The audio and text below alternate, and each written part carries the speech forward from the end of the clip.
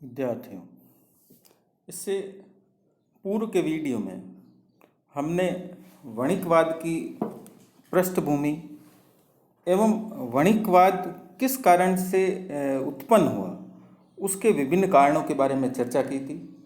आज हम इस वीडियो में चर्चा करेंगे कि प्रमुख जो वणिकवादी विचारक हैं वो कौन कौन से हैं और उनका आर्थिक क्षेत्र में क्या क्या योगदान रहा है।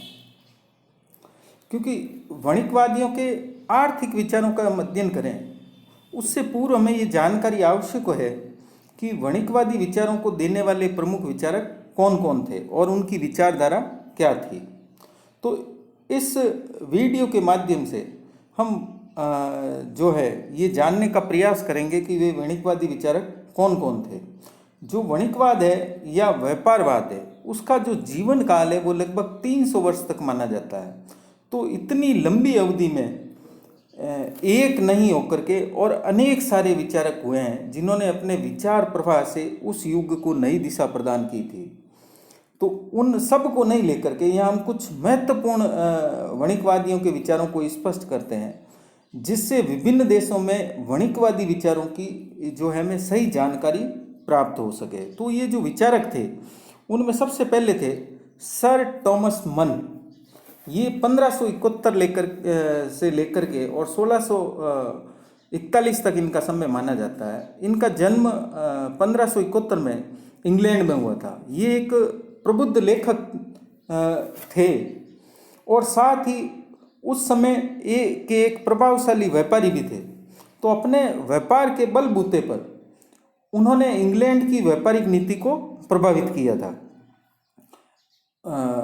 सर टॉमस मन ने अनेक पुस्तकें लिखी थी, परंतु उनकी जो सबसे महत्वपूर्ण पुस्तक थी वो थी England's treasury bye foreign trade, जिसका प्रकाशन उनकी मृत्यु के बाद 1664 ईस्वी में हुआ। उनकी ये पुस्तक वणिकवाद की गीता मानी जाती है। वह अपने देश के विदेशी व्यापार को अपने पक्ष में रखने के समर्थक थे। उनकी पुस्तक में विदेशी व्यापार के नियमन की सारगर्भित व्याख्या देखने को हमें मिलती है। वह देश में धन संग्रह के लिए विदेशी व्यापार को बढ़ाने के पक्ष में थे, क्योंकि देश में धन की वृद्धि से ही देश शक्तिशाली रूप धारण कर सकता था। उन्होंने एक स्थान पर लिखा भी है कि अपनी समृद्धि को बढ़ाने के लिए हमें विदेशों को अधिक माल निर्यात करना चाहिए और कम से कम आयात करना चाहिए।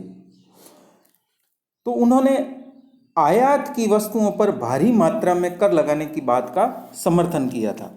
वह करारोपण से आयातों को कम करके राष्ट्र को आर्थिक सुरक्षा प्रदान करना चाहते थे। तो जो सर टॉमस मन थे वो एक व्यवस्थित तथा एक व्यवहारिक व्यक्ति थे, क्योंकि वो एक व्यापारी थे और उन्हें उन सिद्धांतों का व्यापारिक अनुभव था। तो व्यापार के संबंध में उनकी जानकारी उसका अनुमान इसी बात से हम लगा सकते हैं कि वह असीमित मात्रा में धन संग्रह के पक्षपाती नहीं थे। वो ऐसा नहीं कहते थे कि असीमित रूप से धन का संग्रह किया जाए। उनका विचार था कि ऐसा करने से अंत में व्यापार संतुलन प्रतिकूल हो जाता है। तो अत्यधिक धन संग्रह के कारण देश में वस्तुओं के दाम बढ़ेंगे और उसका निर्यातों पर प्रतिकूल प्रभाव पड़ेगा। तो धन एकत्रित करने के लिए उसने एक बहुत ही सुंदर कार्यक्रम प्रस्तुत किया था कि उन्होंने बताया कि जैसे हमें बंजर भूमि को जोतना चाहिए, है ना। तो बंजर भूमि भी जब उपजाऊ भूमि बन जाएगी तो क्या होगा, हमारा धन होगा। और व्यापार में अपने देश के जहाज़ों का प्रयोग करना जिससे हमें ट्रांसपोर्टेशन कॉस्ट भी प्राप्त हो। व्यापारिक फसलों की खेती करना, यानी सिर्फ खाद्यान्नों की खेती नहीं करके हमें व्यापारिक फसलों की खेती करनी चाहिए। मछली उद्योग का विकास करना, आयातों को कम से कम करना, यानी आयातों को हमें कम से कम करना होगा और उन वस्तुओं को अपने ही देश में उत्पन्न करना। एकाधिकारात्मक वस्तुओं की ऊंची कीमतों में विदेशियों के हाथ में बेचना, और जिन क्षेत्रों में या जिन वस्तुओं के निर्माण में हमें एकाधिकार प्राप्त है उन वस्तुओं को विदेशों को ऊंची दरों पर बेचना, जिससे कि हमें ज़्यादा से ज़्यादा लाभ प्राप्त हो सके। तो जो सर टॉमस मन थे उनके द्वारा जो आर्थिक कार्यक्रम प्रस्तुत किया गया वो बहुत ही महत्वपूर्ण था। इस कार्यक्रम का प्रभाव इंग्लैंड तक ही सीमित नहीं था, बल्कि उनके विचार व कार्यक्रम पूरे यूरोप में फैलने लग गए थे। उसकी हर बात को स्वीकार किया जाने लगा और देखते ही देखते वो वणिकवाद के प्रमुख बन गए। तो जो सर थॉमस मन है वो एक पक्षीय व्यापार से भी आशंकित थे। वह कभी कभी ऐसा प्रश्न भी किया करते थे कि क्या आयातों को कम और निर्यातों को अगर हम अधिक करके विदेशी व्यापार को जीवित रख सकते हैं? नहीं रख सकते हैं ना। वो ऐसा उनका ये प्रश्न था कि क्या हम विदेशी व्यापार को जीवित रख पाएंगे, क्योंकि उन्हें ये डर था कि जब हम विदेशी वस्तुओं का उपभोग नहीं करेंगे तो हमारी वस्तुओं का आयात कौन करेगा। जिस प्रकार से हम कहते हैं कि हम विदेशी वस्तुओं का उपभोग नहीं करेंगे तो फिर हमारी वस्तुओं को कौन स्वदेश आयात करेगा, और देश के जहाज़ों का क्या होगा, यानी हम कौन सा माल ले जाएंगे और कौन सा माल लाएंगे। तो जो सर थॉमस मन थे उनके ये प्रश्न मौलिक एवं व्यवहारिक थे, परंतु इन प्रश्नों का उत्तर न तो मन ने स्वयं ने दिया और न ही किसी अन्य वणिकवादी विचारक ने बाद में इसका उत्तर दिया। वो लोग सिर्फ निर्यातों के ही पक्षधारी थे। दूसरे जो विचारक हुए हैं वो हुए एंटोइन द मॉन्टक्रीतियो।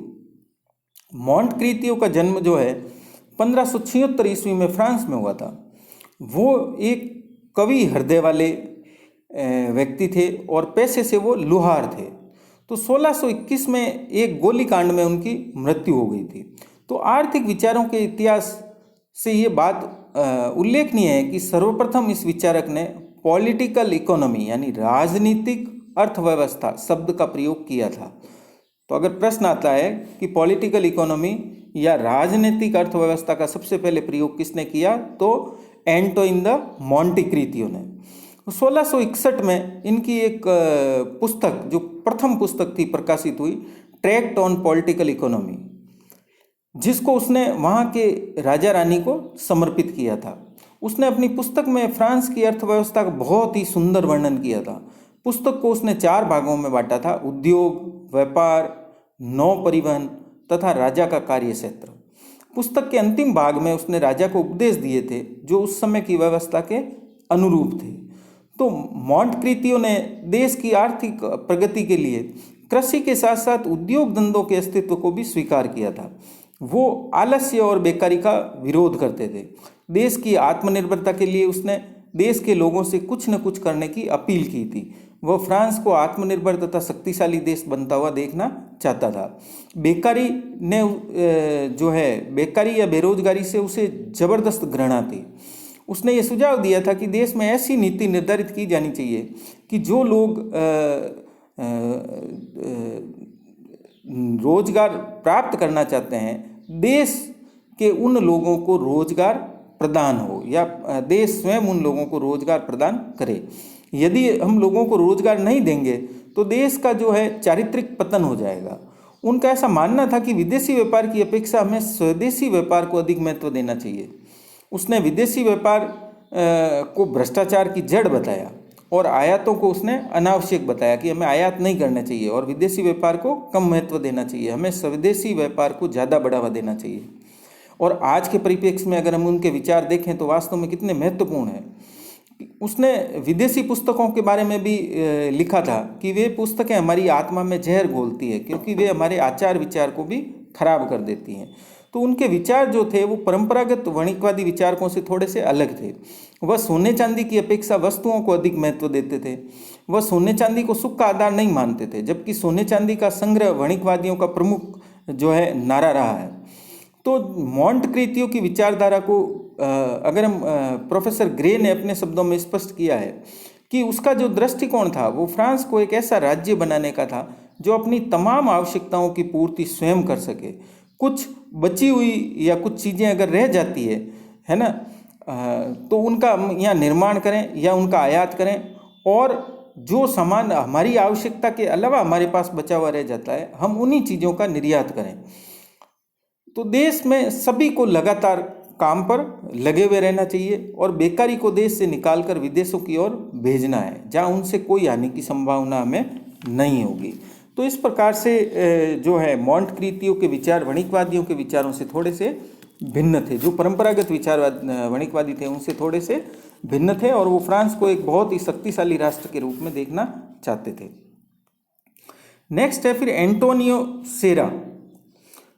सेरा का जो जन्म है 1580 ईस्वी में इटली में हुआ था और 1630 ईस्वी में उन्होंने अपनी प्रथम पुस्तक a brief treatise on the causes which can make gold and silver abound in kingdom where there are no mines का प्रकाशन हुआ था।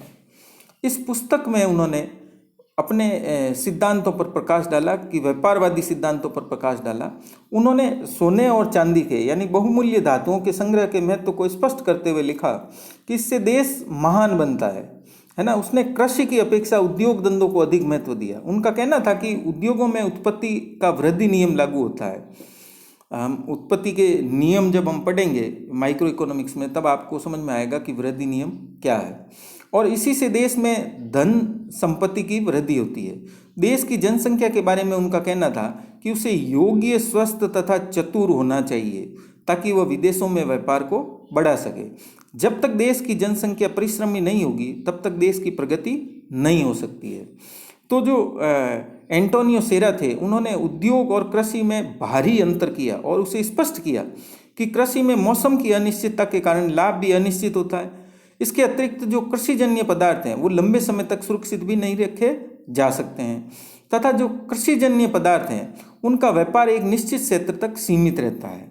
इनके विपरीत उसने बताया कि जो उद्योग है, तो उद्योगों से प्राप्त लाभ निश्चित व टिकाऊ होता है। तो कृषि की अपेक्षा उद्योगों को अधिक महत्व दिया जाने लगा। वह कृषि व्यवस्था को समाप्त करने के पक्ष में नहीं थे, बल्कि उसे अर्थव्यवस्था का आधार बनाने के पक्ष में थे, लेकिन उद्योगों का विकास करने के भी पक्ष में थे। उन्होंने व्यापार संतुलन के बारे में बहुत ज़्यादा कुछ नहीं बताया है। उन्होंने अपना पूरा ध्यान जो है बहुमूल्य धातुओं के संग्रह पर ही केंद्रित किया था। तो हम अप्रत्यक्ष रूप से ये कह सकते हैं कि सोने चांदी जैसी बहुमूल्य धातुओं का संग्रह व्यापार संतुलन से ही हो सकता है, और संभवतः उनके ये विचार व्यापार संतुलन की ओर ही इशारा करते हैं। वह मुद्रा के निर्यात को नियंत्रित करने तथा रोकने के पक्ष में नहीं थे, क्योंकि यदि मुद्रा किसी भी उद्देश्य के लिए निर्यात की जाए तो वह निर्यातक देश में लाभ सहित अवश्य वापस लौट करके आती है। उनके इस कथन से ये स्पष्ट हो जाता है कि वह एक पक्षीय निर्यातों को महत्व नहीं देते थे। विदेशी व्यापार के लिए वे बराबर आयातों व निर्यातों के सिद्धांत को अच्छा समझते थे कि हम निर्यात करते हैं तो हमें आयात भी करना चाहिए, इसी से व्यापार का संतुलन बना रहेगा। जो मुद्रा आयात करने पर हमारे पास से जाएगी वो वापस लाभ के रूप में, निर्यात के रूप में हमारे पास लौट करके आएगी। नेक्स्ट फिर वणिकवादी विचारक हुए हैं जिया बैप्टिस्ट कॉलबर्ट। ये जो कॉलबर्ट थे, इनका जन्म 1619 में फ्रांस में हुआ था। वणिकवाद को विकसित करने में इनका बहुत ही महत्वपूर्ण योगदान है ना। कालांतर में जो है फ्रांस में वणिकवाद को इन्हीं के नाम से कॉलबर्टवाद भी कहा गया था। यह लुई 14वें के शासनकाल में 1661 में वित्त मंत्री नियुक्त किए गए थे और जीवन पर्यंत वित्त मंत्री के पद पर बने रहे। उन्होंने करारोपण के संबंध में यानी टैक्सेशन के संबंध में अनेक व्यापारिक बातें बताई थी। वह अपने समय के एक सफल वित्त मंत्री थे। फ्रांस की अर्थव्यवस्था को सुधारने में इनका योगदान महत्वपूर्ण रहा है। राजा की शक्ति को बढ़ाने तथा फ्रांस को शक्तिशाली देश के रूप में उभारने के लिए उन्होंने जो विचार दिए हैं उनका संकलन 7 जिल्दों में किया गया है। उनके जो कुछ कार्य हैं उनको हम संक्षेप रूप में इस प्रकार से रख सकते हैं कि उन्होंने सड़कों व नहरों का निर्माण करके घरेलू अर्थव्यवस्था को सुदृढ़ बनाया। फिर उन्होंने शक्तिशाली जहाजी बेड़े का निर्माण किया जो ट्रांसपोर्टेशन के रूप में काम आया। अनाज के निर्यात पर उन्होंने प्रतिबंध लगाया ताकि देश में लोगों को अनाज की कमी महसूस न हो। विभिन्न प्रांतों के बीच सामान लाने व ले जाने पर जो प्रतिबंध लगाया था उसे उन्होंने समाप्त कर दिया। गिल्ड व सरकारी नियंत्रण उन्होंने लगाए। मुद्रा के सृजन के लिए निर्माण उद्योगों को उन्होंने बढ़ावा दिया।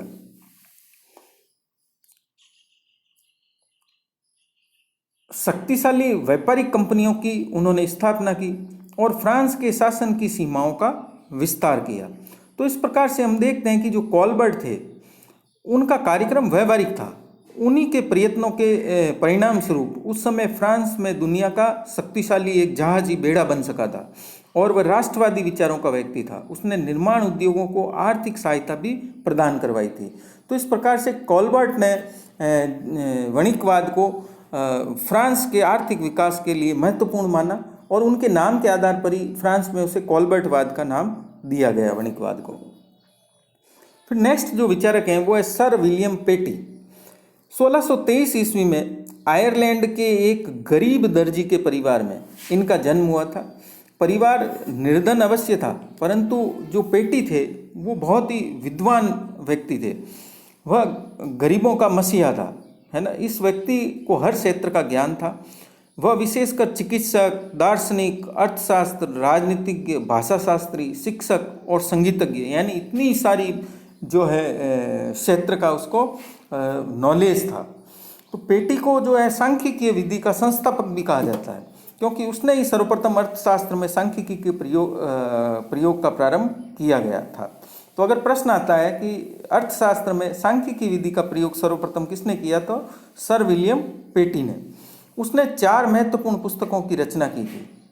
डिस्कोर्स ऑन पॉलिटिकल अर्थमेटिक 1660 में, ए ट्रेटाइज ऑन टैक्सेस एंड कॉन्ट्रीब्यूशन 1662 ईस्वी में, पॉलिटिकल एनाटॉमी ऑफ आयरलैंड 1672 ईस्वी में, और क्वांट्यूमेनिक कंसर्मिंग मनी 1642 ईस्वी में।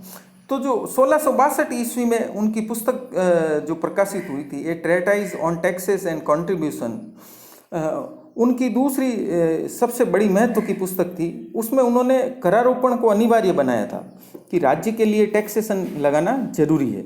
उसने मुद्रा के चलन वेग के बारे में भी बताया था, जो बाद में जाकर के फिशर और इन लोगों ने बताया। तो उसने एक जगह पर अतिरिक्त श्रम सिद्धांत यानी सरप्लस लेबर थ्योरी जैसे विचार भी दिए हैं। उनका यह मूल्य सिद्धांत है। उसके इन विचारों की जो पुष्टि है इस बात से की जा सकती है कि उनका एक कोटेशन था कि श्रम संपत्ति का पिता और भूमि उसकी माता है। तो इस प्रकार से उन्होंने श्रम को महत्वपूर्ण स्थान दिया।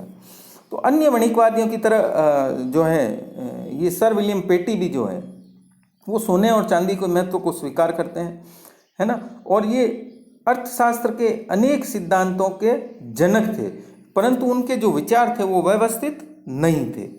इनके पश्चात आए सर जोसिया चाइल्ड। जो सर जोसिया चाइल्ड है, इनका जन्म 1630 ईस्वी में इंग्लैंड में हुआ था, पेटी के जस्ट बाद में। वह अपने समय का सबसे बड़ा धनी व्यापारी था, इंग्लैंड का बहुत धनी व्यापारी था। और 1660 में उसकी एक पुस्तक डिस्कोर्स ऑन ट्रेड प्रकाशित हुई थी। वह अन्य जो वणिकवादी थे उनकी अपेक्षा जो है स्वतंत्र व्यापार के पक्षपाती थे।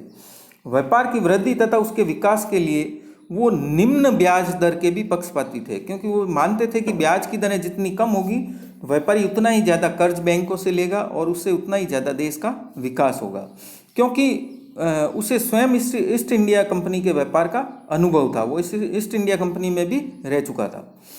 तो अन्य व्यापारवादी विचारकों की तरह से उसने भी देश की समृद्धि के लिए सोने एवं चांदी के संग्रह पर अधिक जोर दिया था।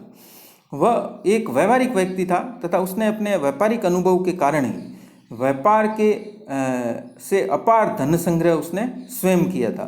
उसकी विशेष रुचि जो है वो वित्त प्रबंध और राजनीति में थी। इसके पश्चात आए जॉन लॉक। जॉन लॉक एक दर्शन शास्त्री हैं और आप लोग इन्हें राजनीति विज्ञान में भी पढ़ चुके होंगे। अगर आपने अर्थशास्त्र नहीं पढ़ा है तो राजनीति विज्ञान में भी जो है राजनीति विज्ञान के सिद्धांत में जॉन लॉक का सिद्धांत आता है। तो ये जो है एक अर्थशास्त्र की अपेक्षा दर्शन शास्त्री यानी फिलोसफर ज़्यादा थे। वो व्यक्तिगत संपत्ति पर अधिक जोर देते थे। वह श्रम से अर्जित संपत्ति को ही उपयुक्त मानते थे। वो मुद्रा के महत्व को विनिमय का माध्यम होने के नाते स्वीकार करते थे। उसने मुद्रा के मूल्य को कल्पित माना था, आर्टिफिशियल। उसके विचारों को पढ़ने से हमें ये पता चलता है कि उसने अर्थशास्त्र से संबंधित अनेक सिद्धांतों की रचना की। उन्होंने मूल्य निर्धारण के संबंध में मांग एवं पूर्ति के सिद्धांत का भी संकेत दिया था अपने विचारों में कि किस प्रकार से कीमत संयंत्र के द्वारा कीमतें तय होनी चाहिए। उसके विचारों में मुद्रा के परिमाण सिद्धांत का भी हमें संकेत मिलता है। भले ही लॉक इन सिद्धांतों की वैज्ञानिक व्याख्या प्रस्तुत नहीं कर पाए थे, फिर भी वह आर्थिक सिद्धांतों के बहुत ही निकट थे। उन्होंने मुद्रा और पूंजी में भेद करने का भी प्रयत्न किया था। वह विनिमय दर को भी निर्धारित करना चाहते थे, परंतु उन्हें इस काम में सफलता नहीं मिली। तो हम कह सकते हैं कि जो जॉन लॉक भी है वो अन्य वणिकवादियों की तरह अनुकूल व्यापारिक संतुलन के पक्षपाती थे। उनके पश्चात जो आए हैं जॉन जोकिम बेकर्स, 1667 ईस्वी में बेकर्स की पुस्तक पॉलिटिकल डिस्ग्रेस का प्रकाशन हुआ। इस पुस्तक में इन्होंने जो है इतनी प्रसिद्धि प्राप्त की कि वो शिखर पर पहुंच गए। उन्होंने समाज के 5 वर्गों, 5 भागों में समाज को बांटा था उन्होंने। उच्च वर्ग, दूसरा कारीगर वर्ग, तीसरा निर्धन वर्ग, चौथा यहूदी वर्ग और 5वां भिखारी वर्ग। वो गिल्ड प्रणाली का समर्थक तथा सट्टे को बंद करने का पक्षपाती था। वह कारीगरों को स्वतंत्रता पूर्वक कार्य करने की छूट देना चाहते थे, क्योंकि कारीगर ही वस्तुओं का निर्माण करता है। व्यापारियों, कारीगरों और किसानों को उन्होंने उत्पादक वर्ग में शामिल किया था। उन्होंने सरकार से इस बात का भी आग्रह किया कि वो ऐसा प्रयत्न करे जिससे उत्पादक वर्ग के द्वारा उत्पादित वस्तुओं की बिक्री बढ़ाई जा सके। वह विदेशी वस्तुओं के उपभोग के पक्ष में नहीं थे, क्योंकि इससे अपने देश के व्यापार में कमी आ जाती है और इसका प्रभाव देश की अर्थव्यवस्था पर बुरा पड़ता है। तो वो विदेशी व्यापार या विदेशी वस्तुओं के उपभोग के पक्षधर नहीं थे। यानी वो भी ये चाहते थे कि देश जो है आत्मनिर्भर होना चाहिए, जो वस्तुएं हमें उपभोग करनी है वो हमें अपने ही देश में उत्पादित करनी चाहिए। तो बेकर्स जो थे वो एकाधिकार की स्थिति के पक्ष में भी नहीं थे। वो ऐसा भी नहीं मानते थे कि किसी भी वस्तु के निर्माण पर एकाधिकार स्थापित हो जाए, क्योंकि वो इस व्यवस्था को अनैतिक मानते थे। उनका ऐसा मानना था कि एकाधिकार देश का विनाश कर देता है। और उन्होंने ये भी सुझाव दिया था कि एकाधिकार को समाप्त करने के लिए सरकार को कंपनियों की स्थापना करनी चाहिए। फिर उन्होंने कहा कि देश की सीमाओं पर हमें विनिमय बैंक स्थापित करने का जो है महत्वपूर्ण काम भी करना चाहिए। वह देश से विदेशों को बहुमूल्य धातुओं के प्रवाह पर रोक लगाना चाहते थे, क्योंकि इस क्रिया से देश को शक्तिशाली बनाया जा सकता है। तो बेकर्स का भी ऐसा मानना था कि सोने और चांदी के द्वारा ही देश को शक्तिशाली बनाया जा सकता है और सोने और चांदी को देश से बाहर जाने से हमें रोकना चाहिए। इसके पश्चात जो है रिचर्ड कैंटिलोन आए, है ना। ये बहुत ही विद्वान पुरुष थे और इनका जन्म 1680 ईस्वी में आयरलैंड में हुआ था, परंतु इनका जो पूरा जीवन है वो फ्रांस में ही बीता था। वो फ्रांस के अस्थायी नागरिक थे। कैंटिलोन वणिकवाद और प्रतिष्ठित विचारधारा की कड़ी को जोड़ने वाला महत्वपूर्ण अर्थशास्त्री था। हम बाद में पढ़ेंगे प्रतिष्ठित विचारधारा भी। तो जो वणिकवाद और प्रतिष्ठितवाद को जोड़ा है वो रिचर्ड कैंटिलोन ने जोड़ा है। उन्होंने 1730 में एक पुस्तक लिखी थी, an essay upon nature of commerce in general, जो उनकी मृत्यु के पश्चात 1755 ईस्वी में प्रकाशित हुई। इस पुस्तक के संबंध में प्रोफेसर जेवंस ने जो है लिखा है कि यह पुस्तक उस पालने के समान है जिस पर अर्थशास्त्र का शिशु पैदा हुआ था। यानी अर्थशास्त्र का जो सही जनक है वो उन्होंने कैंटिलोन को माना है जेवंस ने। इस पुस्तक को उसने 3 खंडों में बांटा था। प्रथम जो खंड था उसमें उन्होंने उत्पादन, मूल्य, मजदूरी, जनसंख्या और मुद्रा से संबंधित विचार दिए। दूसरे खंड में ब्याज और विनिमय, एक्सचेंज से संबंधित उन्होंने विचार दिए। और तीसरे खंड में उन्होंने विदेशी व्यापार और विदेशी विनिमय की व्याख्या की।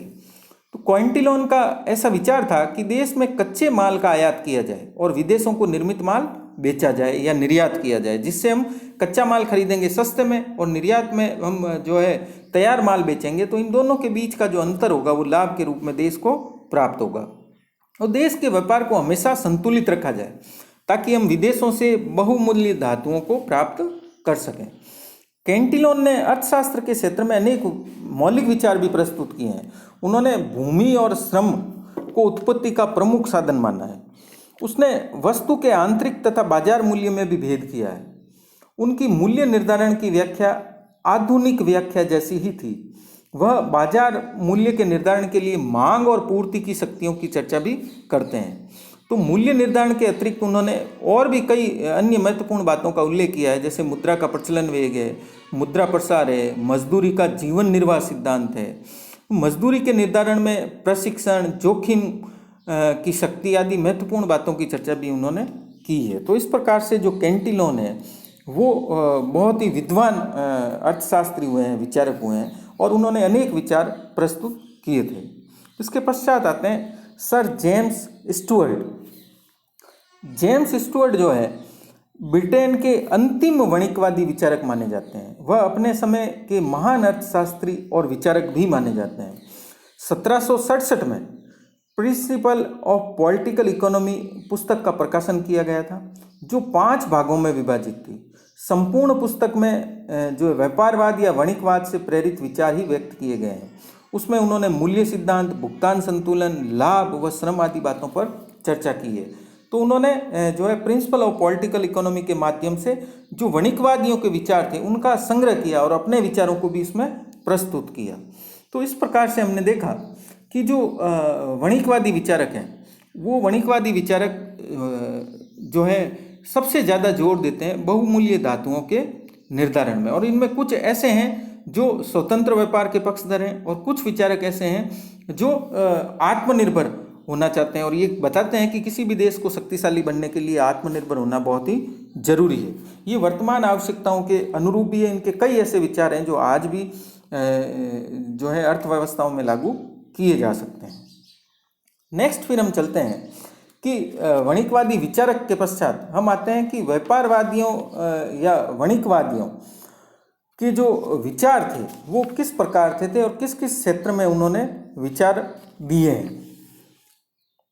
तो उसके अंतर्गत हम लेंगे कि वणिकवादियों के आर्थिक विचार। तो लगभग 300 सालों तक यूरोप के सभी राष्ट्रों में वणिकवाद का प्रभुत्व रहा। इस युग में सैकड़ों विद्वानों ने परिस्थितियों को ध्यान में रखते हुए अपने अपने विचार दिए थे। कुछ विद्वानों ने अंग्रेजों के विचारों के समर्थन किया, तो कुछ ने उन विचारों को काट छांट करके और आगे बढ़ाया।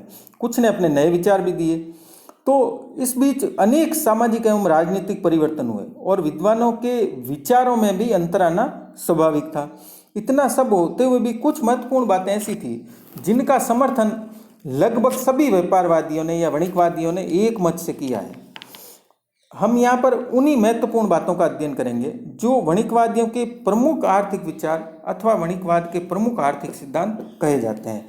तो इनका यानी जो सभी वणिकवादी थे जिन बातों के पक्ष में थे उन्हीं बातों का अध्ययन हम यहाँ पर करेंगे। तो उनमें जो सबसे पहला था, यानी सभी वणिकवादी ये चाहते थे कि शक्तिशाली राज्यों का निर्माण हो, क्योंकि जो वणिकवाद का जन्म है वो शक्तिशाली राज्यों के निर्माण के लिए ही हुआ था, है ना। हम पहले इसकी वणिकवाद के इतिहास में हम चर्चा कर चुके हैं। तो मध्यकालीन युग में राजा से बढ़कर पोप को मान्यता दी जाती थी। चर्च पर पूरा अधिकार पोप का रहता था और राजा शक्तिहीन था।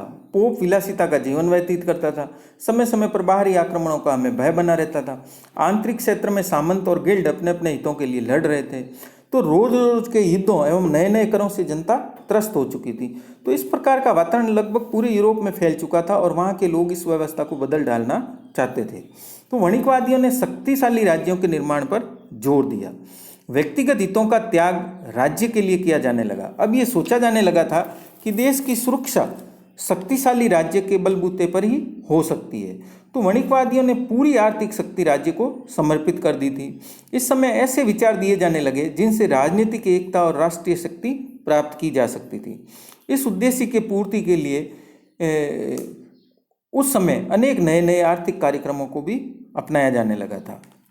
दूसरा जो उनका आर्थिक विचार था वो था कि उन्होंने सोने चांदी को महत्व दिया, है ना। क्योंकि जो वणिकवादियों के विचार थे सिर्फ कल्पना पर आधारित नहीं थे। उन्होंने जहाँ शक्तिशाली राज्यों के निर्माण की बात कही, वही उन्होंने राज्य की शक्ति को बढ़ाने के लिए साधनों को जुटाने की भी बात कही थी। वे सोने चांदी को राज्य की शक्ति बढ़ाने का साधन मानते थे, क्योंकि यही ऐसी धातुएं थी जिनके बदले में दुनिया की कोई भी चीज़ प्राप्त की जा सकती थी और साथ ही साथ इनके मूल्य में गिरावट आने की संभावनाएं भी कम से कम होती है। तो इस प्रकार व्यापारवादियों का जो है वो प्रमुख नारा बन गया था कि अधिक सोना, अधिक धन और अधिक शक्ति। तो बहुमूल्य धातुओं के संग्रह के संबंध में व्यापारवादियों के महत्वपूर्ण कथनों के अंशों का यहाँ पर मैं उल्लेख करना चाहूँगा, जिसमें विलियम पैटी ने कहा था कि व्यापार का अंतिम व महान प्रभाव धन की वृद्धि करना नहीं, बल्कि सोना, चांदी और जवाहरात आदि बहुमूल्य पदार्थों की वृद्धि करना है, जो न तो नाशवान होते हैं और न ही अन्य पदार्थों के समान परिवर्तनशील है, बल्कि वे प्रत्येक समय और स्थान पर संपत्ति होते हैं। उनको कहीं भी ले जाएं वो संपत्ति के रूप में काम आएंगे। फिर थॉमस मन ने भी कहा था कि देश की नीति यह होनी चाहिए कि राज्य का कोष बढ़ाया जाए, है ना, कि जिन राष्ट्रों के पास अपनी खानें नहीं है उनको स्वर्ण और चांदी प्राप्त करके धनवान बनना चाहिए। जोश या चाइल्ड ने भी कहा था कि किसी देश की समृद्धि की माप का स्तर वहाँ पाए जाने वाले सोने और चांदी की मात्रा से लगाया जा सकता है। तो वणिकवादियों के विचारों से प्रभावित होकर सोने की खोज की जाने लगी और सभी आर्थिक क्रियाओं का उद्देश्य सोना प्राप्त करना हो गया। कोलंबस ने भी सोने की अद्भुत महिमा का वर्णन अपने शब्दों में इस प्रकार से किया है कि स्वर्ण एक अद्भुत वस्तु है। जिस व्यक्ति के पास यह होती है वह अपनी इच्छा की प्रत्येक वस्तु प्राप्त कर सकता है। इसके द्वारा आत्माओं को भी स्वर्ग में पहुंचाया जा सकता है। यानी कितनी बड़ी बात कह दी कोलंबस ने कि अगर सोना है तो हम आत्माओं को भी स्वर्ग में पहुंचा सकते हैं। तो जो है वणिकवादियों ने सोने और चांदी को इतना अधिक महत्व क्यों दिया, उसके भी कुछ कारण हैं कि वो शक्तिशाली राज्यों का निर्माण करना चाहते थे। उस समय मुद्रा सोने तथा चांदी के सिक्कों के रूप में ही चलन में थी। तो जिस देश के पास जितना अधिक सोना चांदी होगा वो देश उतना ही ज़्यादा धनी होगा। फिर जिस समय ये विचार दिए जा रहे थे उस समय पूंजी के विनियोग के अच्छे अवसर उपलब्ध नहीं थे। तो ये सोचा जाने लगा था कि सोने चांदी का संग्रह कर लिया जाए तो भविष्य में वर्तमान की अपेक्षा अधिक उपयोगी हो सकती है ये वस्तुएं। फिर उस समय वस्तु विनिमय का जो युग था वो समाप्त हो गया था और मुद्रा विनिमय का माध्यम बन चुकी थी। तो जो मजदूरी है आदि का भुगतान जो है मुद्रा में होने लगा था और राज्यों का गठन हो चुका था। उन्होंने अपनी शक्ति को बढ़ाने के लिए करारोपण की प्रणाली को विकसित कर लिया था और मुद्रा के कारण करारोपण की प्रणाली और सरल हो गई थी। ऐसी स्थिति में ये स्वाभाविक था कि लोग मुद्रा की ओर आकर्षित होते और इसकी उपलब्धता सोने और चांदी की मात्रा पर ही निर्भर करती थी, क्योंकि उस समय जो मुद्रा होती थी वो सोने और चांदी की धातुओं से ही बनती थी या उनके रूप में ही होती थी। फिर है कि राज्य के खर्चों में भारी वृद्धि होने लगी थी, जैसे विदेशी दूतावास है, सैनिक साज सज्जा है, ये सब पे खर्चा बढ़ने लगा था और बारूद का भी इस समय तक आविष्कार हो चुका था। तो अब जो युद्ध लड़े जा रहे थे वे सामंती युग के युद्धों की तुलना में लंबे समय तक चलने वाले एवं खर्चीले युद्ध थे। तो इन ऐसी दशाओं में इन सब समस्याओं का समाधान इन बहुमूल्य धातुओं के द्वारा भी हो सकता था। इसलिए लोगों ने द्रव्य प्राप्ति के लिए इन सोने और चांदी की खोज में जुट गए थे। तो जो वणिकवादी युग है वो बहुमूल्य वस्तुओं सोने तथा चांदी में बदला जाता था, बहुमूल्य वस्तुओं को। तो व्यापार का जो मुख्य उद्देश्य था वो था सोने और चांदी को प्राप्त करना। तो वणिकवादियों ने मुद्रा को राष्ट्र के कल्याण का महत्वपूर्ण साधन माना है और वणिकवादी विचारक इतने अधिक व्यवहारिक थे कि उनकी कही गई बातें आज भी सही उतरती है ना। ये विचारक अपने समय से बहुत ही आगे निकल चुके थे, बहुत आगे की सोचते थे और इन्होंने आर्थिक प्रणाली के संचालन के लिए मुद्रा के महत्व को जितना अधिक समझा था उतना वर्तमान समय के अर्थशास्त्री भी नहीं समझ पाए हैं। नेक्स्ट फिर जो है इन्होंने दिया आर्थिक विचार कि विदेशी व्यापार का क्या महत्व है। वणिकवादियों ने सोने और चांदी के महत्व को स्वीकार ही नहीं किया था, बल्कि उसे प्राप्त करने के साधन की खोज तक पर भी वो पहुंचे थे। उनके आत्मज्ञान तथा व्यवहारिक बुद्धि ने यह बता दिया था कि मात्र घरेलू व्यापार से आवश्यकता अनुसार सोना और चांदी प्राप्त नहीं की जा सकती है। वास्तव में आंतरिक व्यापार उस कुएं के पानी के समान है जो हमेशा स्थिर रहता है। तो सोना और चांदी तभी प्राप्त किया जा सकता है जब विदेशों के साथ हमारा व्यापार बढ़े और उनकी इसी धारणा के कारण विदेशी व्यापार आत्मनिर्भरता तथा संपन्नता की कुंजी बना। विदेशी व्यापार की धारणा स्वाभाविक थी, क्योंकि यूरोप के देश विदेशी व्यापार नहीं करते तो वो लोग क्या खाते, क्योंकि वहाँ पर जो है दूसरी वस्तुएं कम होती थी। और एक दूसरा बात भी ये विचार करने योग्य है कि जिन देशों में सोना चांदी की खानें उपलब्ध न हो वे देश बिना विदेशी व्यापार के सोना चांदी प्राप्त भी नहीं कर सकते हैं। तो अतः सोना चांदी प्राप्त करने का एकमात्र उपाय विदेशी व्यापार ही था। विदेशी व्यापार को बढ़ाने के लिए सर जोश या चाइल्ड ने तो यहाँ तक कह दिया था कि उन उद्योगों को सबसे अधिक प्रोत्साहन देना चाहिए हमें जिसमें जहाज रानी का सबसे अधिक प्रयोग किया जाता हो, क्योंकि उनके पास जहाज का बेड़ा था और उनका ज़्यादा प्रयोग करेंगे तो उनको ज़्यादा धन संपदा प्राप्त होगी। तो विदेशी व्यापार की वृद्धि के लिए जहाज़ों के महत्व को उन्होंने इसलिए भी स्वीकार किया था कि वो उसके माध्यम से पर्याप्त मात्रा में सामान लाया और ले जाया जा सकता था। विदेशी व्यापार में अधिकांश कच्चे माल का आयात और निर्मित माल का निर्यात किया जाता था, क्योंकि इससे जो निर्यातक देशों को है वो अधिक लाभ होता था। और वणिकवादियों ने व्यापार उद्योग को भी महत्वपूर्ण स्थान दिया था। उन्होंने विशेषकर विदेशी व्यापार में लगे लोगों को समाज में सबसे ऊंचा स्थान दिया था, क्योंकि वे आर्थिक समृद्धि के स्तंभ माने जाते थे। उस समय विदेशी व्यापार जो है पानी के जहाज़ों पर निर्भर था। जहाज़ों के संचालन में नाविकों की महत्वपूर्ण भूमिका होती थी, है ना। और इसी कारण से प्रोफेसर हेने ने नाविकों के महत्व को स्पष्ट करते हुए जो है एक जगह पर लिखा है कि एक नाविक एक साथ ही एक कारीगर, एक सैनिक और संभावित व्यापारी होता था। जहाजी बेड़ा सुरक्षा के लिए महत्वपूर्ण था तथा विदेशी व्यापार के ही द्वारा सोना चांदी प्राप्त हो सकता था, जहां सोने तथा चांदी की खानें उपलब्ध नहीं थी। तो इस प्रकार से जो वणिकवादियों का विचार था वो अपने देश के विदेशी व्यापार में, विशेषकर जहाजी बेड़े में, अपने देश के नाविकों को काम पर लिया जाना चाहिए, क्योंकि इससे अपनी व्यापारिक गोपनीयता बनी रहती है। उन्होंने विदेशी व्यापार के ऐसे नियम बनाए जो उन्हें लाभ पहुंचा सकते थे। उन्होंने निर्यात बढ़ाने के लिए उपभोग को भी नियंत्रित किया था। तो हम इस प्रकार से कह सकते हैं कि वणिकवादी जो है वो विदेशी व्यापार की वृद्धि के लिए हर प्रकार के नियंत्रणों के पक्ष में थे। साथ ही साथ वे अपने देश के व्यापारिक हित के लिए दूसरे देश की बलि चढ़ाने में भी नहीं हिचकिचाते थे। नेक्स्ट है फिर व्यापार संतुलन, या इसको कहा जाता है फेवरेबल बैलेंस ऑफ ट्रेड, अनुकूल व्यापार आधिक्य।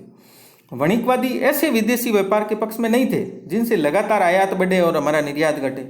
इससे लाभ की अपेक्षा हानि ज़्यादा होती है, क्योंकि देश से विदेशों को सोना चांदी का निर्यात होता है, जबकि व्यापारवादियों का उद्देश्य देश में सोना चांदी आयात करना था। अतः वे अपने उद्देश्य में तभी सफल हो सकते थे जब उनके आयात निर्यातों से कम होते। तो इस प्रकार से व्यापारवादी जो है अनुकूल व्यापार आधिक्य के पक्ष में थे। उस समय वणिकवादियों ने व्यापार को अपने पक्ष में रखने के लिए अनेक नियमों व व्यवस्थाओं की रचना की थी, है ना। लेकिन तत्कालिक जो विचारक थे उस समय तक अंतर्राष्ट्रीय व्यापार का कोई सिद्धांत स्थापित नहीं कर पाए थे। और वणिकवादियों ने जो है कई बातों पर जोर दिया था, जिनमें है जैसे विदेशों की बनी हुई वस्तुओं को स्वदेश में आयात करने पर भारी मात्रा में आयात शुल्क लगने चाहिए, परंतु खाद्यान्नों के आयात के संबंध में इस नियम का पालन नहीं किया जाए।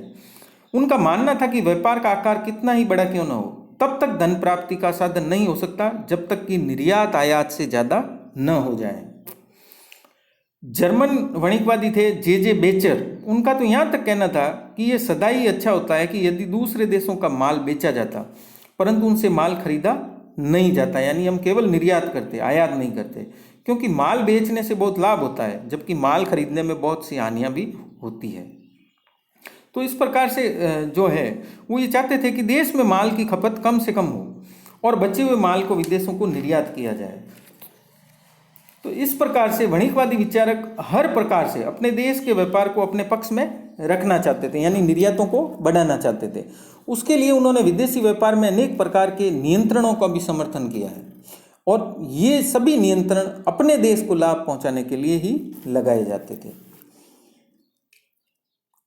नेक्स्ट फिर है कि औद्योगिक एवं व्यापारिक नियंत्रण, है ना। वो वणिकवादी जो है विदेशी व्यापार को अपने पक्ष में रखने के लिए बहुत सी बातों को महत्व देते थे, जैसे नियंत्रण संबंधी नीति, यानी प्रतियोगिता को कम करने के लिए राष्ट्रों के बीच अनेक प्रकार के समझौते किए गए थे। आयातों को प्रतिबंधित किया गया तथा कुछ विशेष कंपनियों को ही आयात करने की सुविधाएं दी गई थी। अपने देश में निर्मित माल को विदेशों में बेचने तथा वहां से कच्चे माल को प्राप्त करने के लिए उपनिवेशों की स्थापना की गई है। देश में तकनीकी प्रशिक्षण देने एवं विदेशों से तकनीशियन मंगाने के कार्यक्रम भी लागू किए गए थे। दूसरा फिर था कर नीति, है ना। इन व्यापारवादियों ने निर्यात को बढ़ाने और आयात को घटाने के लिए अनेक प्रकार के करों का उल्लेख किया है। 1655 में ऑस्ट्रियन विचारक जॉन जस्टी ने करारोपण के नियमों की विस्तार से व्याख्या की थी। थॉमस मन ने भी ऐसा सुझाव दिया था कि आयातित माल पर भारी कर लगाया जाए और निर्यात पर करों में छूट दी जाए। तो ऐसी व्यवस्था की गई थी कि उद्योगों पर करारोपण का कम से कम भार पड़े, ताकि अपने देश के उद्योगों को कम से कम हानि हो।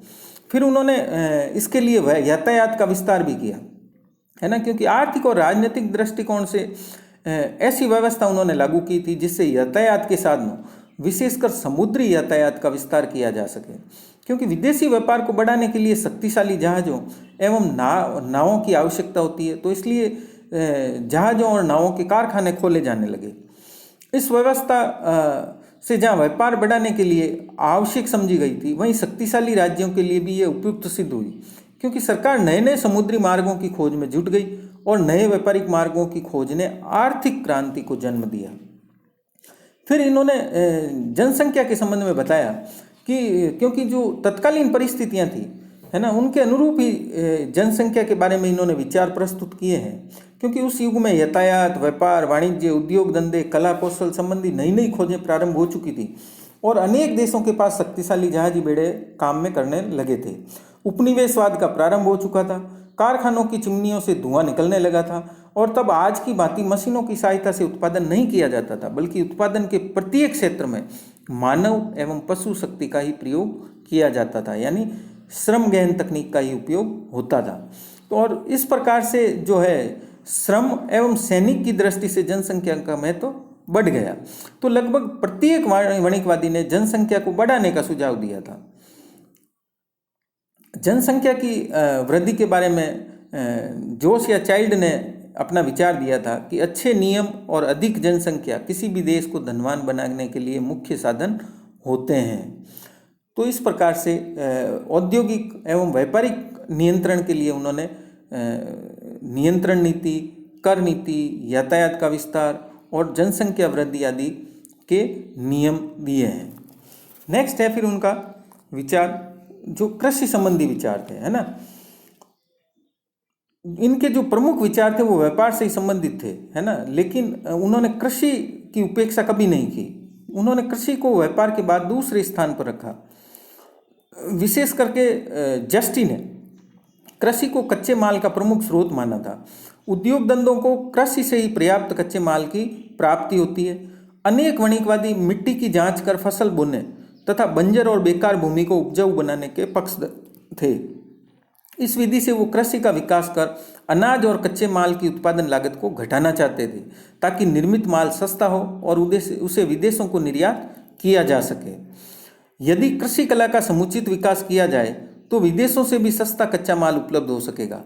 तो इस प्रकार से उनके जो विचार थे वो केवल उद्योग और व्यापार को ही बढ़ावा नहीं देते थे, बल्कि उनका तो यहाँ तक मानना था कि कृषि जो है वो उद्योग एवं व्यापार को सशक्त बनाने का एक माध्यम है।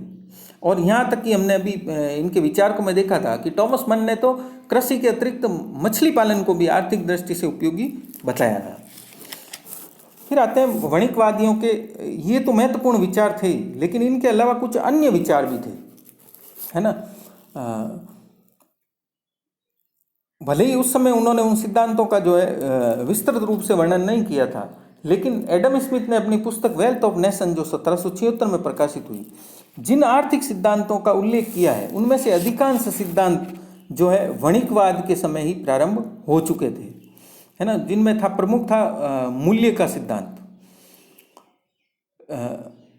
विलियम पेटी, जॉन लॉक और कैंडिलोन ने मूल्य के संबंध में अपने विचार दिए थे, है ना। इन विचारकों ने मूल्य की वस्तु के मूल्य निर्धारण में उत्पादन लागत की बात कही थी और उत्पादन लागत का आधार श्रम बताया था। इसी विचार को आगे चल करके एडम स्मिथ, रिकार्डो तथा कार्ल मार्क्स ने आगे बढ़ाया है। दूसरा फिर इनका अन्य विचारों में आता है मजदूरी का सिद्धांत, है ना। इन्होंने मजदूरी के बारे में भी अपने विचार प्रकट किए हैं, है ना। वो उनका पूरा ध्यान उत्पादन पर केंद्रित था, उन्हें वितरण की चिंता नहीं थी। ये कार्य तो बाद के अर्थशास्त्रियों द्वारा संपन्न किया गया था। पेटी का ऐसा मानना था कि श्रम का मूल्य उसके द्वारा उत्पन्न की गई वस्तु पर निर्भर करता है ना। तो इस प्रकार से उन्होंने जीवन निर्वाह सिद्धांत के लिए आधार तैयार कर दिया था।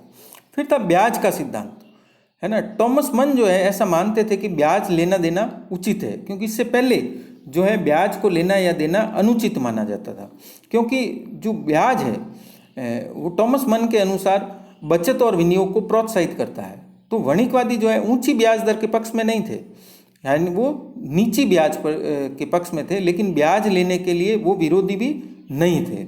अब ब्याज दर का निर्धारण कैसे हो, इस विषय पर वणिकवादी एकमत नहीं थे, है ना। जैसे कि जॉन लॉक मानते थे कि ब्याज की दर पूंजी की पूर्ति पर निर्भर करती है, जबकि टॉमस मन मानते थे कि ब्याज की दर के लिए पूंजी की उत्पादकता को महत्व देना चाहिए। उनके विचार अलग अलग थे, लेकिन ब्याज का सिद्धांत के जो है बीजारोपण उस समय हो चुका था। फिर तो लगान संबंधी भी उन्होंने विचार दिए हैं। है ना। उनका ऐसा मानना था कि लगान एक प्रकार की बचत है जो हम प्रकृति के सहयोग से प्राप्त कर सकते हैं। श्रम और प्रकृति के सहयोग से उत्पादन का कार्य किया जाता है ना, और यही कारण है कि हमें लगान प्राप्त होता है। तो इस प्रकार से उन्होंने लगान के भी विचार दे दिए थे। फिर नेक्स्ट उन्होंने दिए करारोपण के, है ना। एडम स्मिथ ने जो करारोपण के सिद्धांतों से पूर्व ही वणिकवादियों ने इस संबंध में अपने विचार दे दिए थे। 1655 में जस्टिन ने करारोपण के सिद्धांतों की रचना कर दी थी, और उसके करारोपण के सिद्धांत से एडम स्मिथ तो प्रभावित हुआ था, साथ ही साथ वर्तमान समय में प्रोफेसर काल्डर, जो बहुत बड़े अर्थशास्त्री माने हुए हैं, वो भी उनके विचारों से प्रभावित हुए हैं। और जो है हॉब्स का तो यहाँ तक कहना था कि सरकार लोगों को सुविधाएं देती है, इसलिए उन्हें लोगों से कर लेना चाहिए। कर कितना लिया जाए तथा कर का आधार क्या होना चाहिए, इस संबंध में भी उन्होंने अपने तर्क दिए थे कि राज्य जिस व्यक्ति को जितनी सुविधा दे रहा है उसी अनुपात में कर वसूल करे, यानी अनुपातिक कर प्रणाली। कोई व्यक्ति राज्य से कितनी सुविधा प्राप्त कर रहा है, इस बात का अनुमान व्यक्ति के व्यय से हम लगा सकते हैं। अतः व्यक्तियों से कर उनके व्यय के अनुपात में वसूले जाएं, यानी बिक्री कर के रूप में लिया जाए।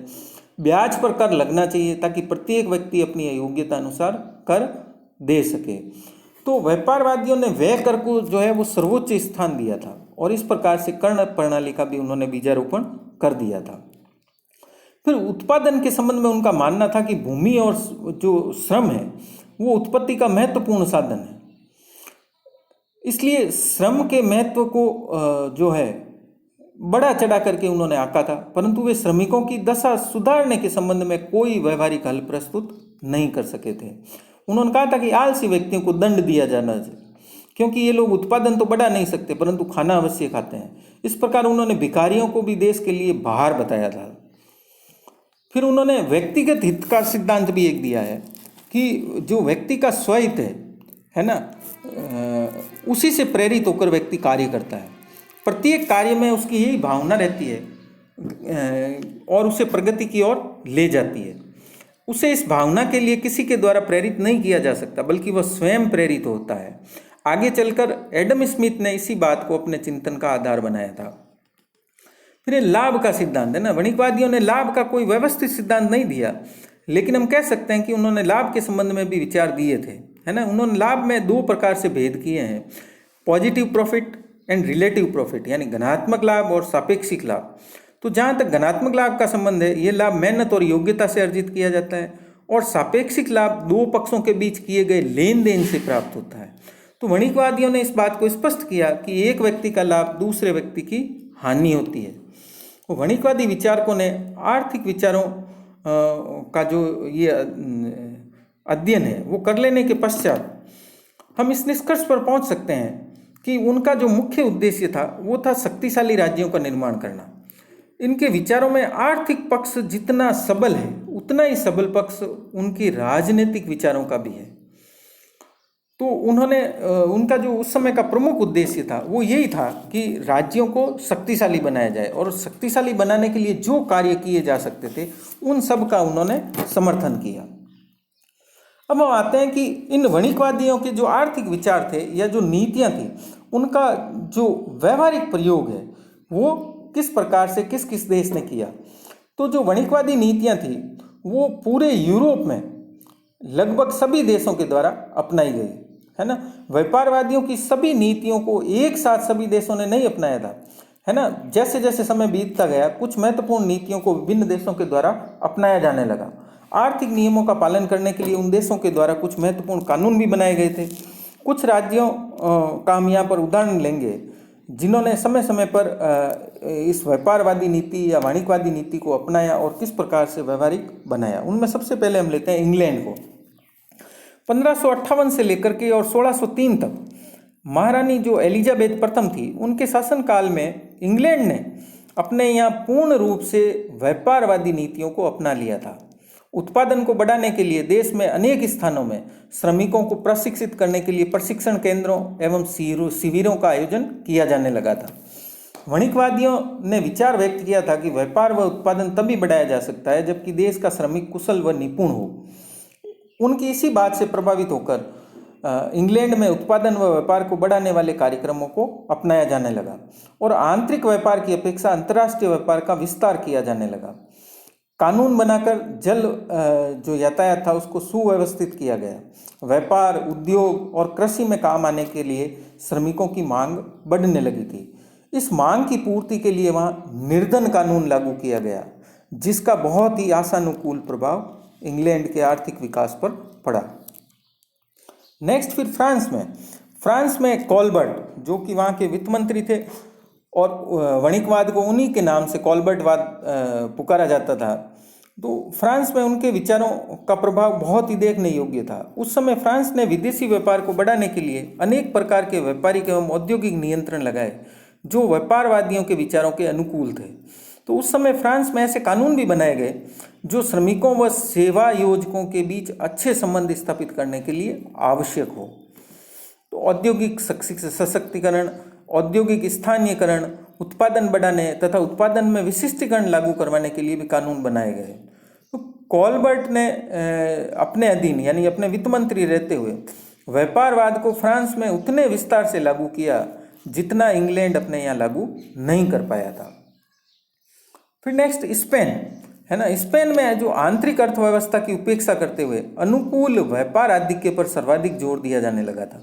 स्पेन ने वणिकवादी विचारों में से सर्वाधिक महत्व सोने और चांदी के संग्रह को दिया और उस सब उपायों को अपनाया जो धातु के संग्रह के लिए आवश्यक थे। धातु संग्रह के उद्देश्य की पूर्ति के लिए स्पेन ने अपने साम्राज्य का विस्तार भी किया था।